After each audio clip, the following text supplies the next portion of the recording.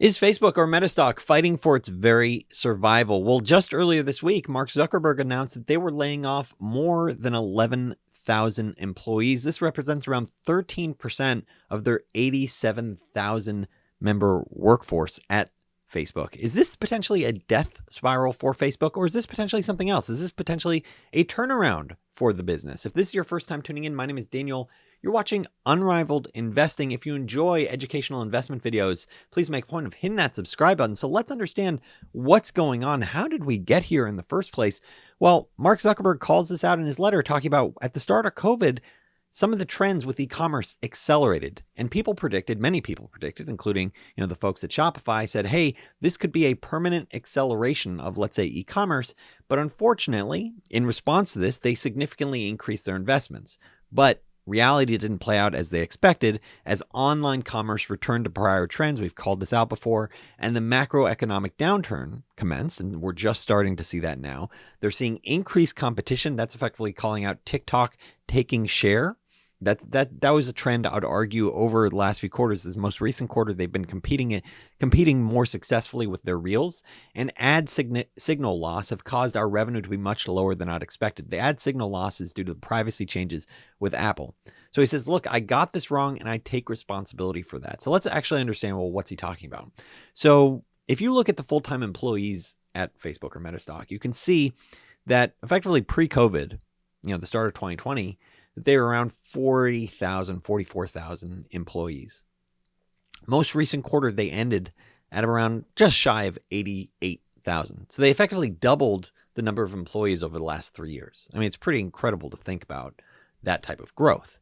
Now, they saw similar growth, not exactly, with their underlying revenue. So they saw their revenue increase dramatically, around 70% over that time period, but it wasn't the same amount. And so they did overhire. That's very clear. And arguably, they thought they were extrapolating an acceleration in their business too far. And that's part of the challenge of having this economic environment where you had just massive stimulus and massive monetary policy. So you're looking at this, and when he says, look, I need to own this, he's saying, I made a bet and it didn't work out. And unfortunately, this impacted the lives of over 10,000 people. And you could see that. I mean, you can see how they've dramatically hired in just the last few years. So what other changes is Facebook making? He talks about, I view layoffs as a last resort. So this is a last resort mechanism. It's sort of like a relief valve for Meta Facebook stock, where they're looking at it and saying, wow, we're starting to have a lot of problems here. We overdid it. We need to make sure we don't enter significant cash burn. That's what I think about this. This move suggests that the most recent quarter, they were seeing greater challenges. Because up until this point, they have been behind the ball, I'd argue, in terms of managing their margins, their profitability. This makes me think that it got pretty ugly and they saw cash burn that was concerning them. That's at least my own extrapolation. We'll talk about that in just a second. So he talked about, look, layoffs is the last resort. We decided to rein in other sources of cost before letting teammates go. So they're trying to figure out, how do we manage our margins better? They've talked about hiring freeze through the first quarter with a very small number of exceptions.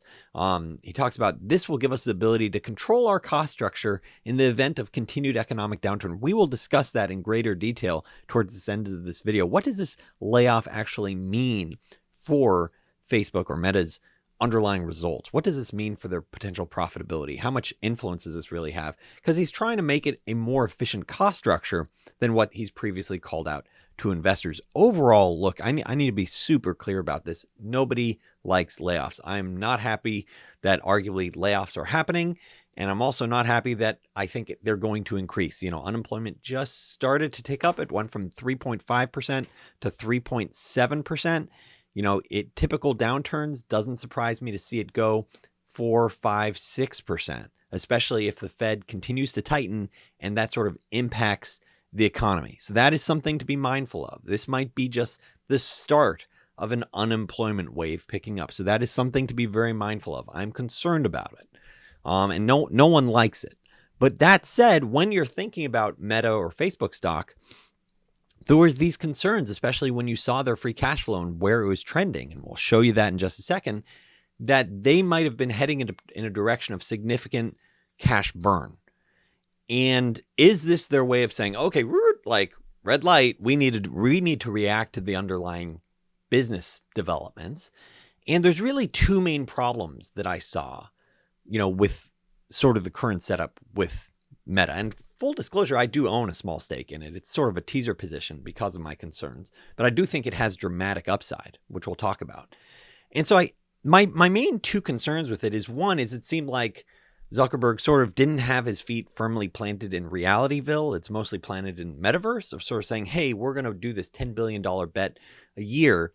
And that seemed, in all honesty, a bit disconnected from where mainstream markets were ready. It doesn't seem like the Oculus is taking off, and the results really don't sort of flesh it out, sort of saying, hey, this is going to work. Right now, it's a lot of folks saying, wow, this is really cool, but it's not really ready for the main market. This isn't having, let's say, the iPhone moment with Apple.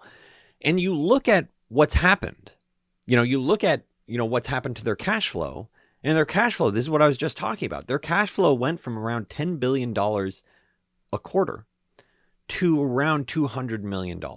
And so does this mean that in the fourth quarter, what they thought would be a nice, significant cash flow, because typical, advertising picks up in the holiday season, did they start seeing potential signs of cash burn? Maybe not even this quarter, but maybe in the first quarter of 2023, because looking at their cost structure and looking at where advertising revenue was. And this really gets to my second point. So one is sort of this disconnect with where the metaverse is versus actual demand. I don't think that's really been addressed. But the second main concern is, okay, how are you going to manage the company's finances, given the fact that your main advertising platform has been seeing a lot of challenges, such as Apple privacy, which arguably was much worse than he anticipated and he expected it to be. The challenges from TikTok, worse than he expected. He talked for a few quarters about losing share. Most recently talked about his Reels product starting to take market share. So that's an important development. Looking at these different things and sort of saying, are you focusing on these two key problems, making sure your business actually will generate significant amounts of free cash flow? It's not just constantly growth, because in the last quarter conference call, he was like, oh yeah, we're still going to be accelerating our investments. This is a wake up call. This is sort of saying, okay, we need to change what we're doing. This is a big, I'd argue, 180 from where they were over the last, let's say, quarter or two. And this could lead to a recovery in the business if, let's say, the underlying economics, the macro economy, doesn't fall apart. And that's a big concern because of monetary tightening. But overall, looking at this cash flow picture, I don't like to see how it's trended from $12 billion in profitability, $12 billion in free cash flow in the fourth quarter last year, to in the third quarter, most recently, only $200 million. So the question is, okay, so what happens to Facebook or Meta stock from here?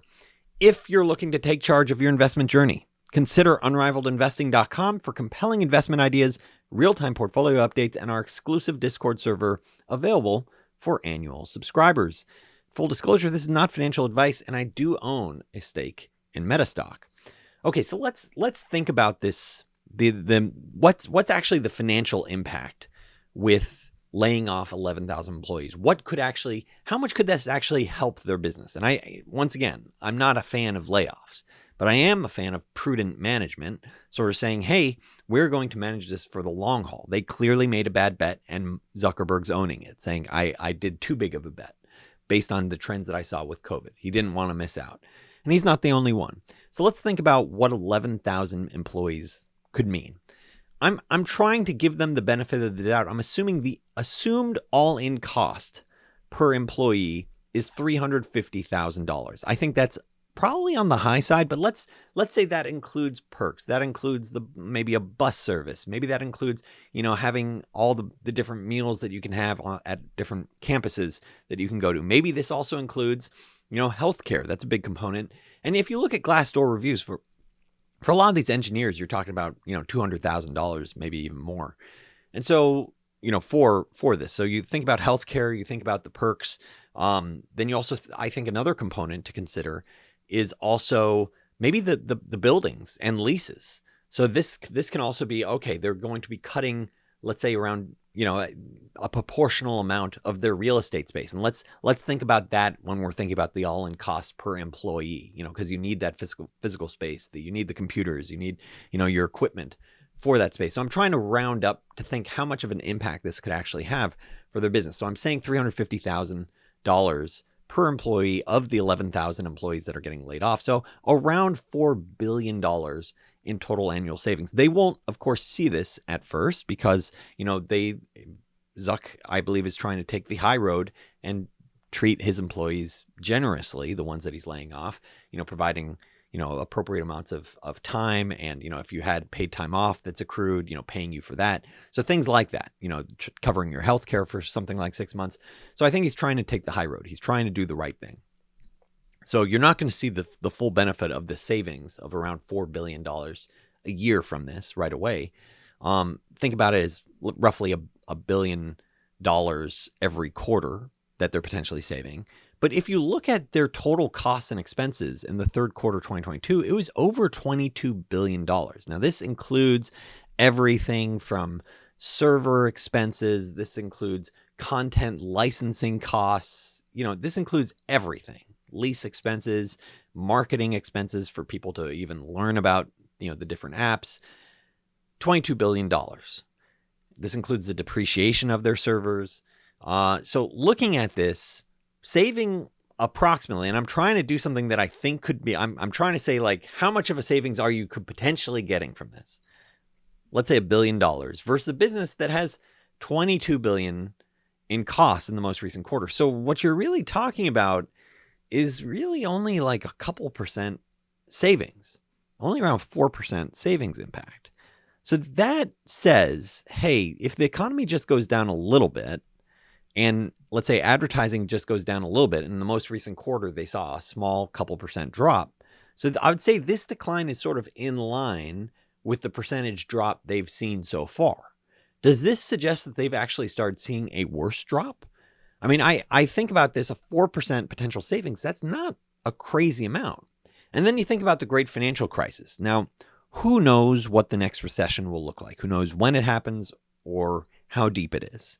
But if you look at the great financial crisis, there are articles calling out how advertising expenditures dropped around 12%, but digital grew 7%.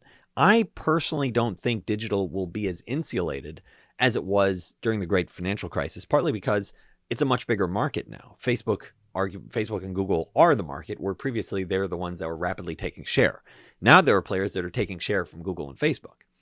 So I look at this and I'm thinking, if we're just starting to see an economic contraction and we're just starting to see the impact from monetary tightening, and the Fed is still on path to, let's say, tighten their balance sheet, effectively reduce their balance sheet by $90 billion a month, tightening monetary supply, raising interest rates. Even if they pause raising interest rates, there's still going to be quantitative tightening. So I look at this and I'm thinking, there's a real chance that you have several percent drop in advertising expenditure. And keep in mind, the great financial crisis was really a financial crisis. The underlying economy only, declined a couple percent. Like COVID at its worst was much, much worse because the economy was like contracting like 20%, but that was only for a very short period. And so if you have a really deep recession with, much higher unemployment than, let's say, the 3.7% that we have now, what does that mean for Facebook's advertising revenue? Does that mean you see a much bigger drop?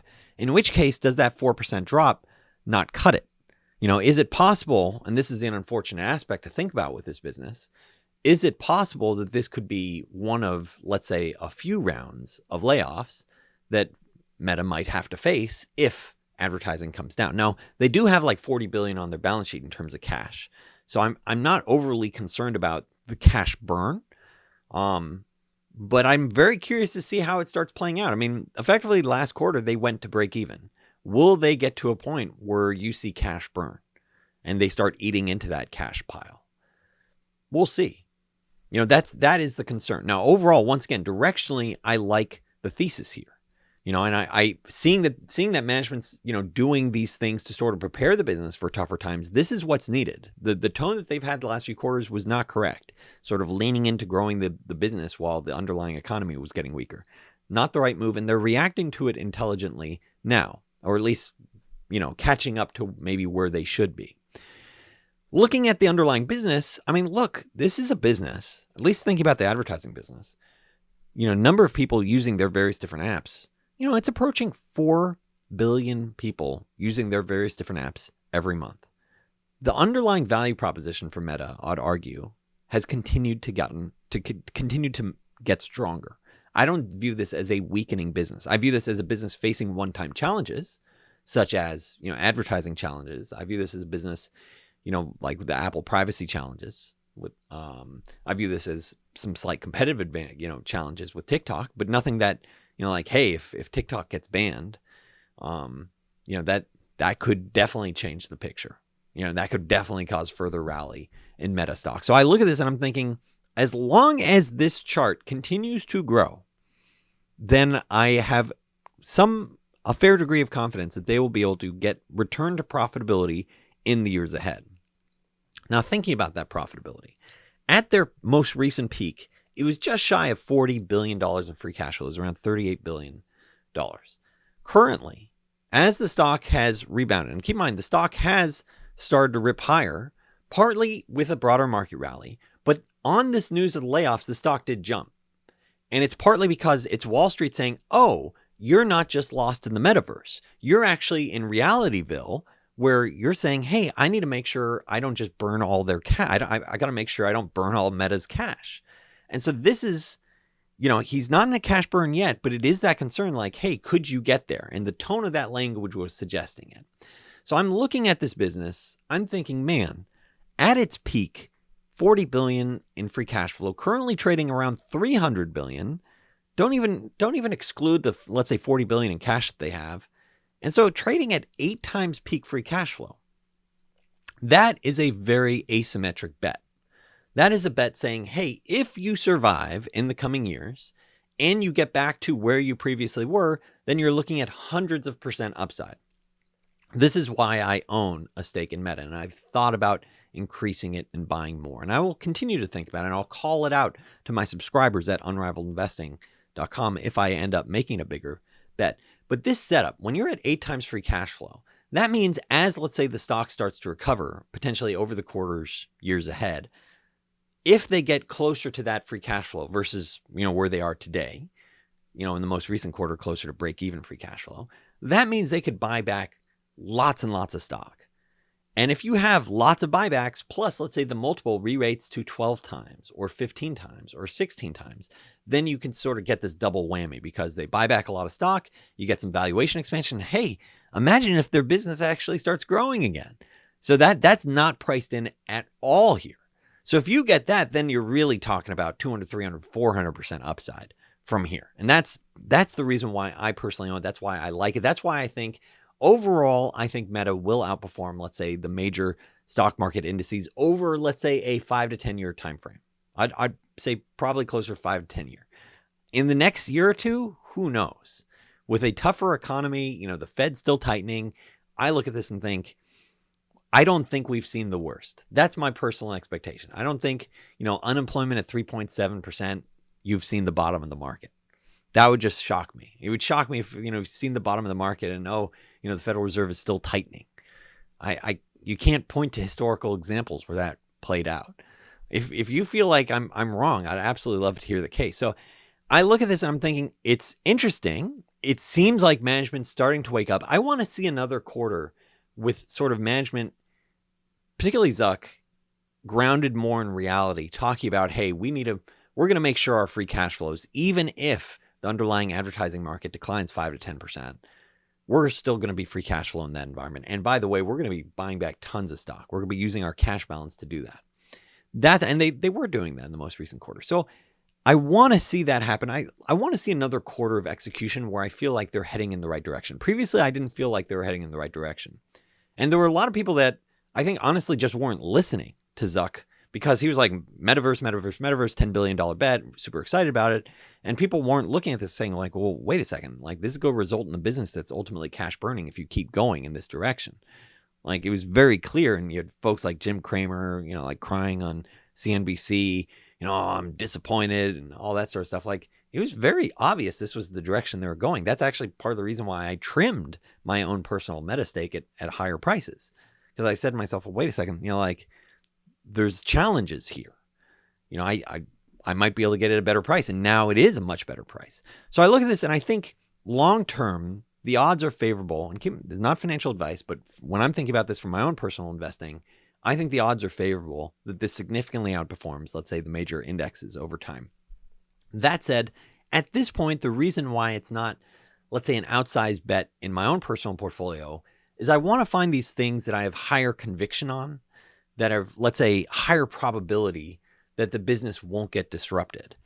For example, in the past 2 weeks for my Unrivaled Investing subscribers, I've called out 2 different payments companies, very stable, history of growing at very good clips, trading at a range from 12 times free cash flow to 15 times free cash flow for businesses growing at around 10%. So that type of setup smells really good to me, because then you get the organic growth, a financial toll booth type business model, significant free cash flow regardless of what the economy is doing, has seen downturns, been around for decades. That's what I'm interested in.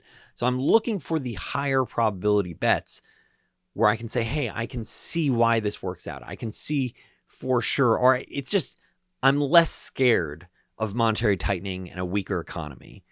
Whereas with advertising and sort of saying, well, if this business doesn't just contract 4%, but contracts closer to maybe 15%, is this cost savings enough? Because right now they've done effectively 4% of their cost savings on their cost structure.